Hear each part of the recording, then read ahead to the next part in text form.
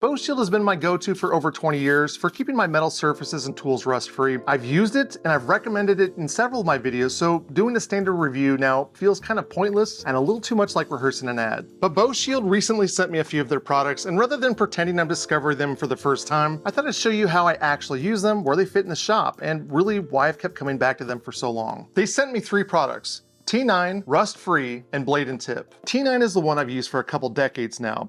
I was first introduced to it at a woodworking show in Indianapolis, probably around 2004 or 2005, and I bought rust-free at the same time. But I'll be honest, I probably only used 1 bottle of rust-free in all those years, not because it doesn't work, but because if you keep up with the T9, you shouldn't ever need it. Of course, you might inherit tools, or pick up something from a flea market, or find you left an ugly chisel sitting on the deck after a project from a year ago. And when that happens, even a little rust-free goes a long way.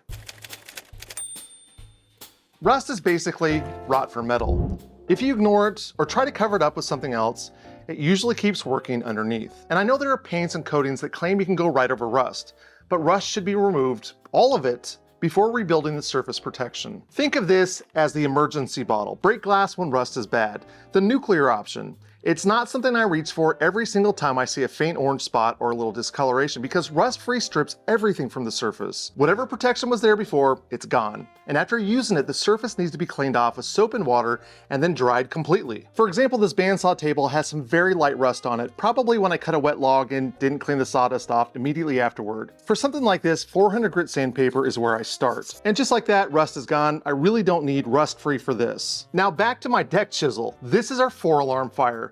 Sandpaper cowers before this kind of mess. You could probably hit this with a wire wheel on a grinder, but that's a bit extreme and can remove more metal than I want to remove. So this is when rust-free absolutely makes sense. To use it, you can go with the spray bottle attachment, which is what I'm going to use, or you can add it to a disposable rag. On a machine, I'd much rather use a rag, so I'm controlling where it goes instead of spraying it all over the table and then chasing it later out of places it shouldn't be. This is a pretty heavy example of rust, so it may take a few passes, but you definitely want gloves for this because rust-free is caustic.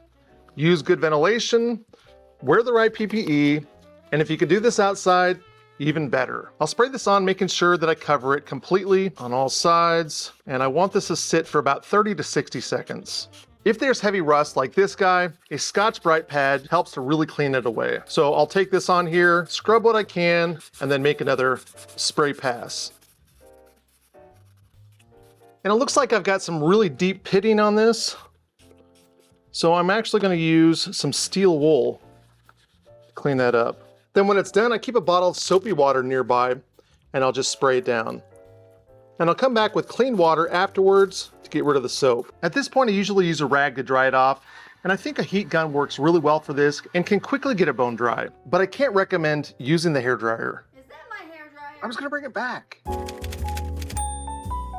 Now we're ready for T9, and I'm gonna let you in on a little secret that has kept my tabletops looking great for years. If I know I'm gonna be away from the shop for a couple days, that's when I like to add T9. You can spray it on, let it sit for a couple hours, and wipe off the excess for a thinner layer. But from my own experience, when I leave it on longer and let it dry in place, it leaves a heavier protective film behind. I live in a very humid climate, and that heavier layer has helped keep rust away. If you have to store your machine somewhere temporarily, which I've had to do before, this is another reason to leave a heavier film. And the great thing about this stuff is that you don't have to strip the previous layer off every time. If the surface is clean, dry, and rust-free, I can just touch it up and add more T9. For the chisel, I'm gonna spray both sides. Then what I like to do is to attach it to a string with a magnet attached to it. That way it can sit for a while without lying against anything, and then I'll come back and wipe off the excess. Back here at my bandsaw table, with the surface now looking good, I'll spray on a light coat and leave it alone. I'll give it some time, wipe it down later, and this surface is done.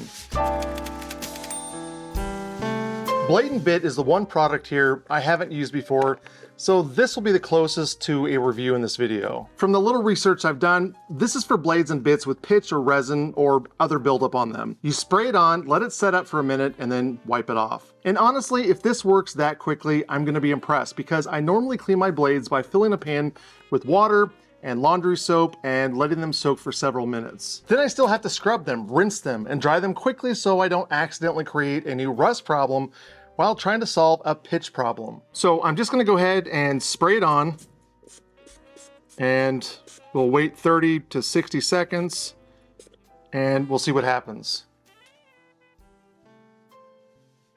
Okay, it's been 60 seconds, so hopefully I should just be able to wipe this off. Wow, that's actually pretty incredible. It just wipes right off. If you look at the ones that have been cleaned compared to the ones that were not, that's just such a big difference.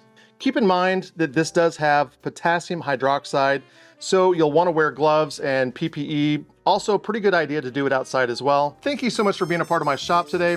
I really want to thank Boeshield for sending these to me.